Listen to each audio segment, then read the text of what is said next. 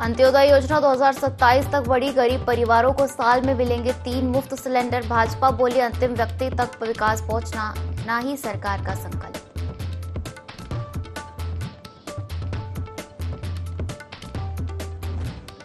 पचवादून में लगातार बारिश, भारी बारिश से कालसी चकराता मार्ग बाधित, मार्ग खोलने के लिए जेसीबी मशीनें तैनात।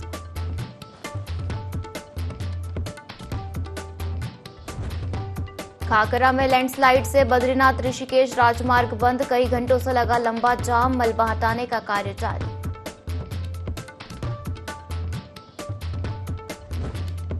पुलिस और एंटी नार्कोटिक्स टास्क फोर्स का बड़ा ऑपरेशन, लक्सर के 3 युवक कोकीन तस्करी में गिरफ्तार, एनडीपीएस अधिनियम के तहत मामला दर्ज।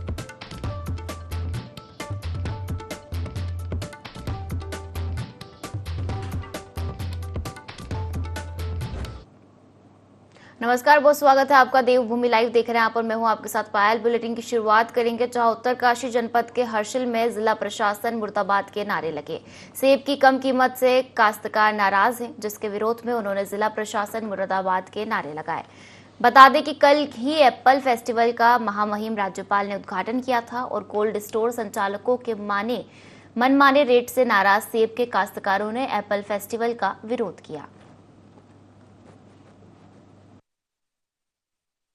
घाटी में जो सेब महोत्सव का जो कार्यक्रम था, इसमें हमारे महामहिम राज्यपाल जी आए थे और हमारे जो विभिन्न हमारे जो विभागों से अधिकारी लोग आए थे।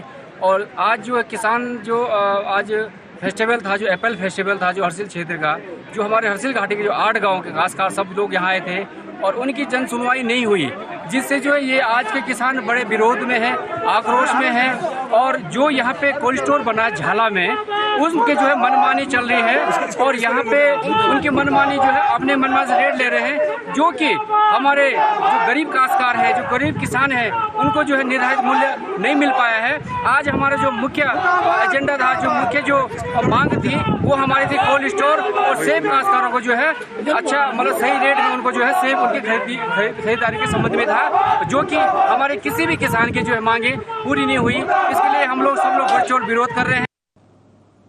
खनन को लेकर उत्तराखंड शासन ने नई नियमावली जारी की है। खनन सामग्री के अवैध खनन भंडारणों एवं खनन में संलिप्त वाहनों पर भी जुर्माना बढ़ा दिया गया है। अब अवैध खनन में संलिप्त भैंसा बुकी भी कार्यवाही की जद में आ जाएगी। वर्ष 2024 में उत्तराखंड शासन ने खनन को लेकर नई अधिसूचना जारी की है। बता दें कि खान एवं खनिज अधिनियम 1957 की धारा 23 द्वारा प्रदत्त शक्तियों का प्रयोग करते हुए उत्तराखंड खनिज नियमावली 2023 में संशोधन करने की दृष्टि से इस नियमावली को बनाया गया है। इस नियमावली का नाम उत्तराखंड खनिज अवैध खनन परिवहन एवं भंडारण का निवारण चतुर्थ संशोधन नियमावली 2024 है। मुख्यतः इस नियमावली के अंतर्गत खनिज कर रहे वाहनों पर जीपीएस लगाना अनिवार्य होगा। संशोधन आया था, इसमें अधिसूचना आई 18 सितंबर में हमारी। इसमें क्या नाम जो भंडारण होते हैं अवैध, उन पर प्रथम बार में 3 गुना रॉयल्टी, उसके बाद 4 गुना रॉयल्टी का प्रावधान है। और इसी प्रकार हमारे जो वाहन हैं उन पर भी रॉयल्टी मतलब पेनल्टी बढ़ाई गई है। जैसे क्या नाम पोकलैन पे 5 लाख है, जेसीबी पे 2 लाख है, 10 टायरा पे 1 लाख है, 10 टायरा से अधिक है तो 2 लाख है। इस तरीके से बढ़ा दिया गया है। और हमारे यहाँ झूठा बुग्गी का जो हफ्तार में दिक्कत थी, उस पर भी क्या नाम अब पेनल्टी आ गई है, वो भी पेनल्टी लगेगी। कोई ऐसा इलीगल भंडारण को अगर कोई हमें मिलता है तो उसको हम ओपन ऑक्शन भी कर सकते हैं। अगर 100 मीटर से ऊपर है तो हम उसका वैसे भी निस्तारण कर सकते हैं। प्रावधान वही रहेगा कि पट्टे अगर प्रथम बार में लगती है तो 3 गुना में लगेगी, उसके पश्चात 4 गुना। जहां केंद्र सरकार द्वारा उत्तराखंड के लिए special assessment for capital investment fund के तहत 615 करोड़ में से 365 करोड़ पहली किस्त जारी हो चुकी है। वित्त सचिव ने सभी विभागों को हिदायत दी है कि मार्च से पहले दूसरी किस्त आने हैं, इसलिए सभी समय से अपनी यूटिलिटी सर्टिफिकेट जमा करते। उत्तराखंड वित्त सचिव दिलीप जावलकर ने बताया कि उत्तराखंड राज्य को केंद्र से special assessment for state scheme के तहत जारी होने वाले 615 करोड़ में से 365 करोड़ की पहली किस्त राज्य सरकार को प्राप्त हो गई है। यह फंड मार्च से पहले पूरा खत्म करना है, इसलिए सभी विभागों को यह निर्देश दिए गए हैं कि वह समय से अपने यूटिलिटी सर्टिफिकेट जमा करवाए और इस फंड का समय से सदुपयोग किया जाए। राज्य सरकार का, भारत सरकार का मुख्य फोकस हमेशा यही रहता है कि हम लोग कैपिटल की जो स्कीम्स है जिसमें हम लोगों का इंफ्रास्ट्रक्चर बनता है और जिसमें हम लोगों को जो लोगों को फिजिकली सुख सुविधा जो देते हैं, जैसे बिजली है, पानी है, हम लोगों की इलेक्ट्रिसिटी है और बहुत सारी इस तरीके की जो अवस्थापना की सुविधाओं का विकास हम लोग कैपिटल के फंड से करते रहते हैं। और इसमें हमेशा काफ़ी सारे प्रोजेक्ट्स लाइंड अप रहते हैं। धनराशि के लिए आवश्यक प्राविधान करना ये मुख्यतः वित्त विभाग का काम रहता है। तो हम लोगों के लिए कुछ कॉम्पेंसेशन दे दिया जाए। तो भारत सरकार ने सभी राज्यों के लिए एक स्कीम बनाई है, स्पेशल असिस्टेंस दिया जाता है कैपिटल इन्वेस्टमेंट के लिए, SACI कहते हैं। राज्यों को केंद्र सरकार का पैसा किस तरीके से बंटना चाहिए, उसी फॉर्मूले पे धनराशि राज्यों को मिलती है भारत सरकार को। और उसमें अभी हम लोगों को 615 करोड़ रुपए के प्रोजेक्ट्स अभी सैंक्शन हुए हैं और जिसके अगेंस्ट हम लोगों को 385 करोड़ रुपए ऑलरेडी शासन को प्राप्त हुआ है। विभागों की जिम्मेदारी है कि ये धनराशि जल्दी से जल्दी अवमुक्त करा ले, उसके UC दे दे, क्योंकि मार्च के पहले हम लोगों को उसकी दूसरी किस्त भी लेनी होगी।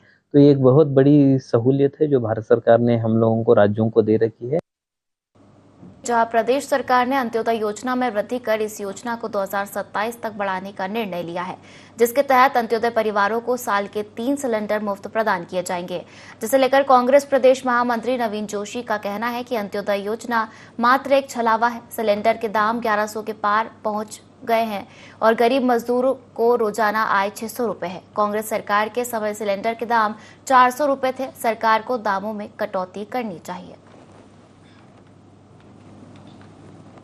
के तहत जो उन्होंने वृद्धि करी है ये मात्र एक दिखावा है, क्योंकि इन्होंने जो साल में 3 सिलेंडर देने की जो बात करी थी, आज आप महंगाई देखिए कितनी महंगाई बढ़ गई है। जो सिलेंडर कांग्रेस के समय में 350-400 रुपए का हुआ करता था, आज वो सिलेंडर 1100 रुपए का है। सरकार मात्र एक दिखावा कर रही है कि हमने इसकी समय अवधि बढ़ा दी है और लोगों को इससे फायदा होगा। क्या फायदा होगा जरा आप बताइए।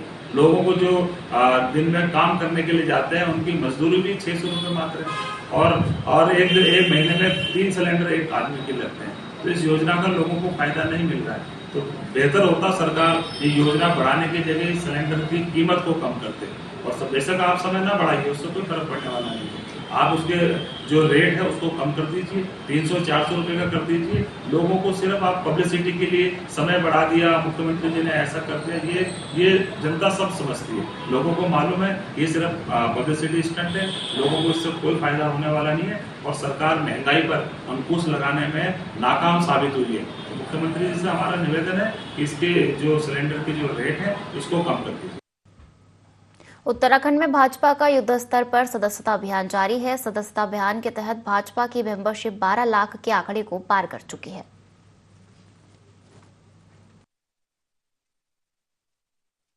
उत्तराखंड प्रदेश ने कल तक लगभग 12 लाख की सदस्यता को अचीव किया है। 25 सितंबर पंडित दीनदयाल उपाध्याय जी की जन्म जयंती के अवसर पर भारतीय जनता पार्टी ने संकल्प लिया था कि हम प्रत्येक बूथ पर जाकर 100 नए कार्यकर्ताओं को जोड़ने का काम करेंगे। लगभग कल के विशेष अभियान के बाद भारतीय जनता पार्टी 12 लाख की सदस्यता को पार किया है और मुझे लगता है कि आने वाले दिनों में भारतीय जनता पार्टी ने जो उत्तराखंड में लक्ष्य तय किया है, हम उस लक्ष्य को पार कर लेंगे।